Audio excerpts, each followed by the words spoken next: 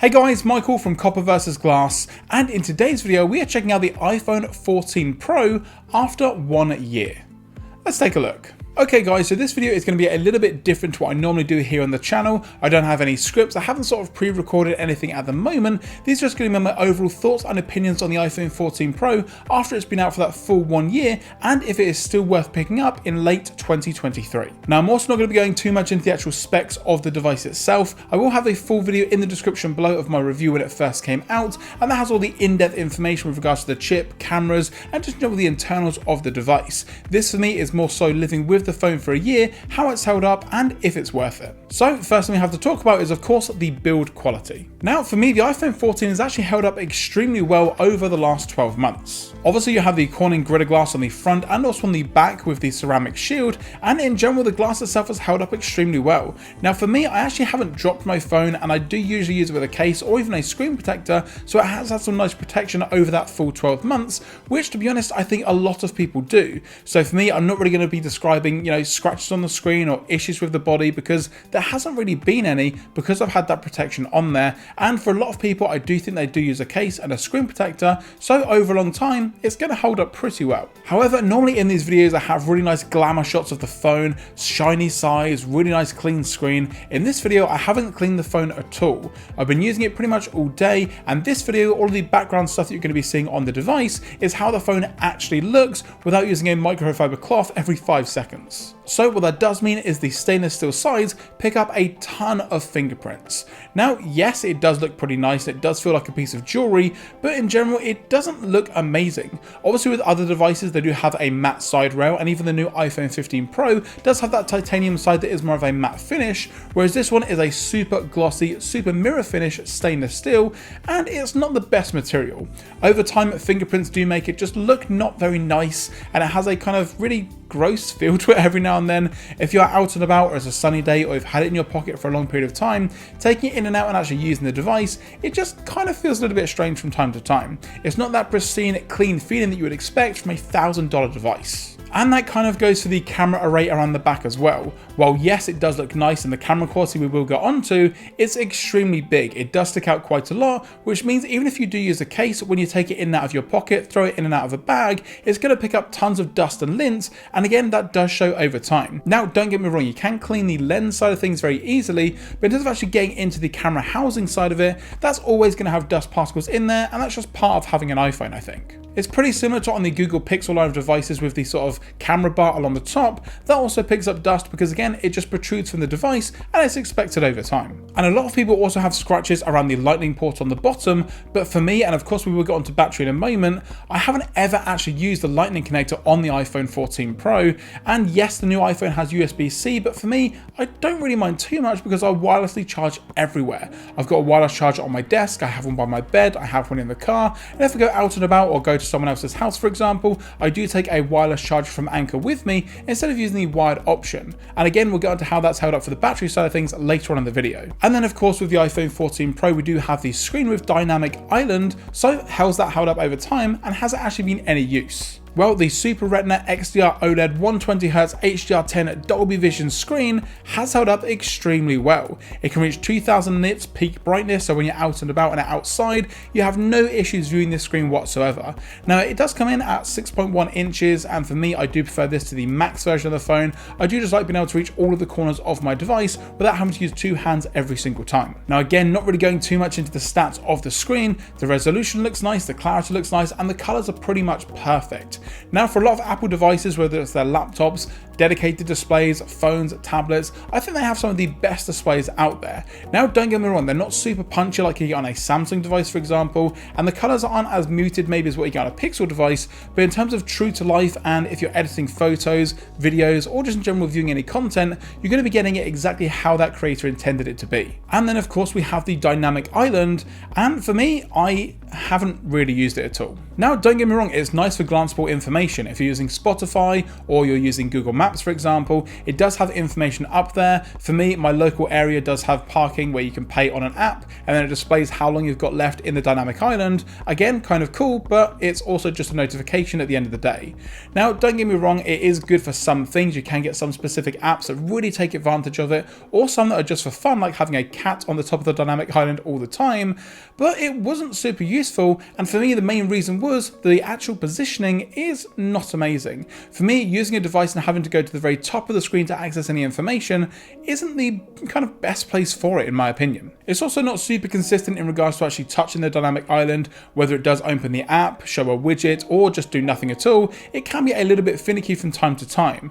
Now, don't get me wrong, it does mean that using the dynamic island, you kind of have to use the phone with two hands, one to hold it and then one to kind of pinpoint exactly where you need to get to, but it's nice for glanceable information from time to time. The animations do look extremely nice, and again, Apple's always done some really nice animations in general, but for me the dynamic island has been a little bit of a waste of space, and yes, it's better than the notch, don't get me wrong, and I don't necessarily want the front facing camera to be under the display, but it's not been as sort of revolutionary as I originally thought it may be, and a lot of apps still don't take advantage of it. So overall, the body of the phone is nice, the screen still looks incredible, but how's actually using the phone day to day for everyday things like email, watching videos, playing games, all that sort of stuff with iOS 17? Well, in the iPhone 14 Pro we have the A16 Bionic chip, and it's held up pretty good over time, like a lot of Apple chips do.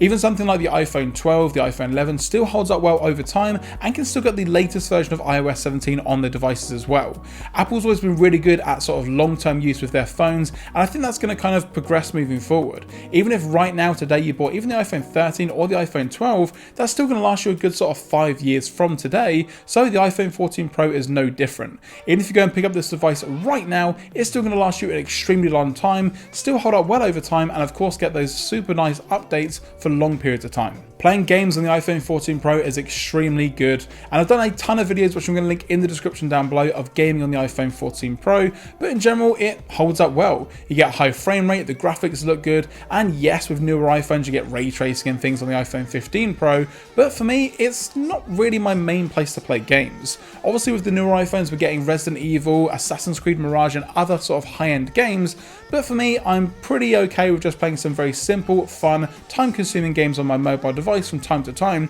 It's not going to replace my Xbox anytime soon. I've also not really had any hiccups in regards to just moving around the OS and using games that aren't applications. Social media, messaging, email, just general phone stuff has still held up extremely well, and that's again to be expected. The iPhone 14 Pro is still a powerhouse when it comes to the overall power of the device, so going into Instagram, scrolling through reels and uploading photos, editing photos, videos, pretty much anything you can think of, the 14 Pro still does it very well even to this day, and it's going to do it for many years to come. And then we come on to the battery side of things. Now for me, my iPhone 14 Pro, which like I say, I've only ever charged with wireless charging, is currently sitting at 98% maximum capacity when it comes to battery health. So what that means is when it goes from 0 to 100%, it's going to 100% of 98% of the full battery charge. Now some people have been reporting massive dips in this since iOS 17 came out, or even over the last couple of weeks going down to 87, 89%, sort of those high 80s, low 90s numbers, but for me, my phone is still holding that capacity extremely well. Now, does that mean that the battery life is actually good?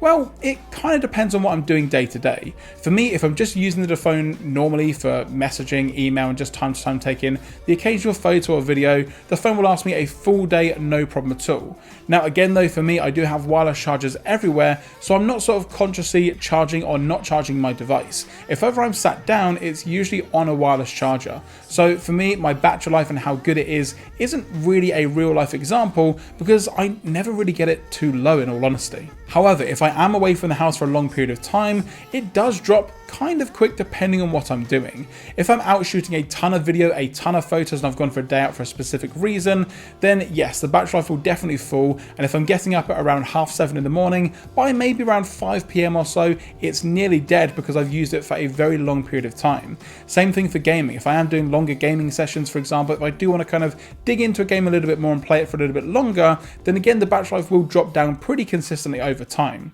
But again, this is the Pro phone, so people are meant to be using it for those more high-end tasks, and the battery life is okay, but it could always be better. But then again, it's like that for pretty much any mobile device. And then we got onto the camera side of things with the 14 Pro.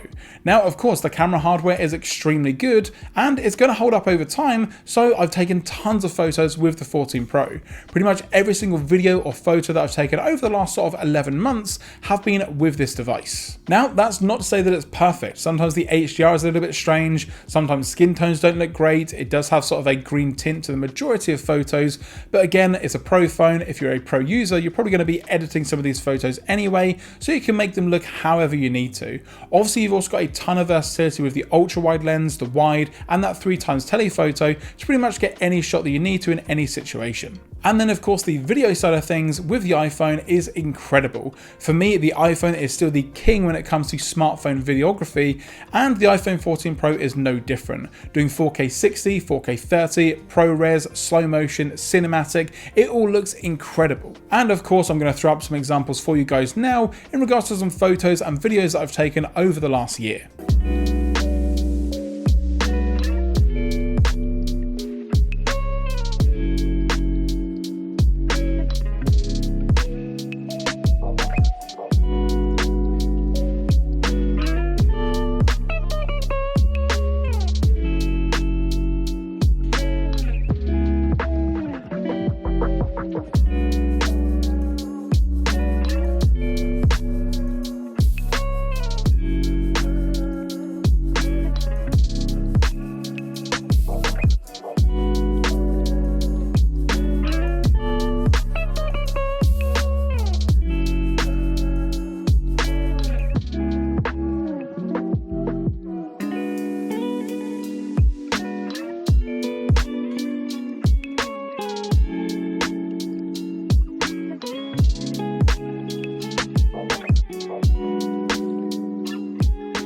And then a little bit of housekeeping at the end of the video. Obviously we've got phone calls, the speaker quality and all that sort of thing as well. And again, it holds up extremely well. Taking phone calls is extremely nice. Obviously the shape of the device is not the best. It kind of digs into your finger if you're holding it, and it's not really the right shape for your face because again, it's just a slab of glass. But in terms of hearing people and them hearing me, no issues whatsoever. Obviously the speakers also do a great job with that stereo separation as well. So watching videos, movies, YouTube, listening to music, podcasts, whatever it may be on this device, it sounds extremely good even today. And I personally think that the iPhone speaker quality actually beats out even some devices that have come out more recently. So again, over that long-term use, you're not really going to have any issues. So overall, can I still recommend the iPhone 14 Pro after 12 months and with the iPhone 15 now here?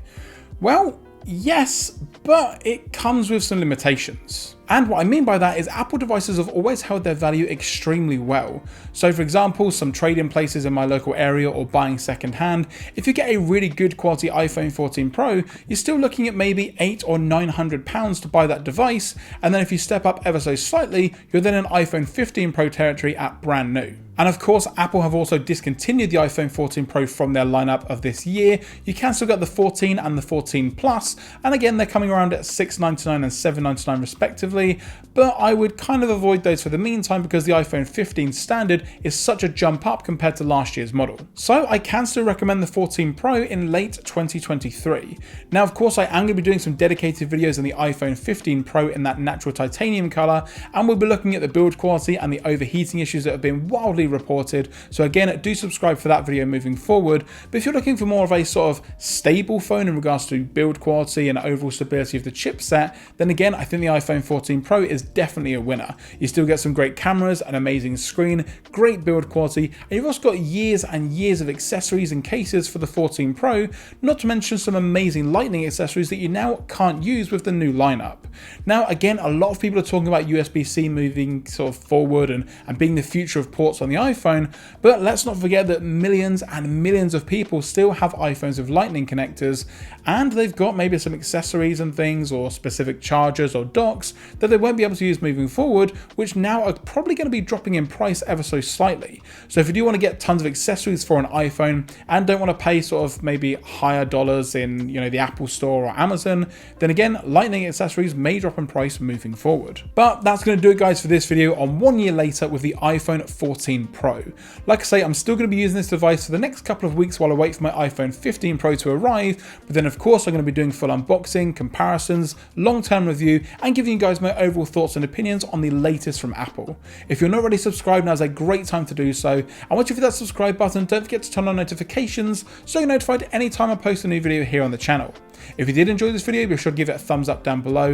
If you've got any questions or comments about this device long term, or anything you want me to look at for the iPhone 15 Pro, let me know in the comments section down below. I'm Michael from Copper vs Glass. Thanks very much for watching, and I will catch you guys in the next video.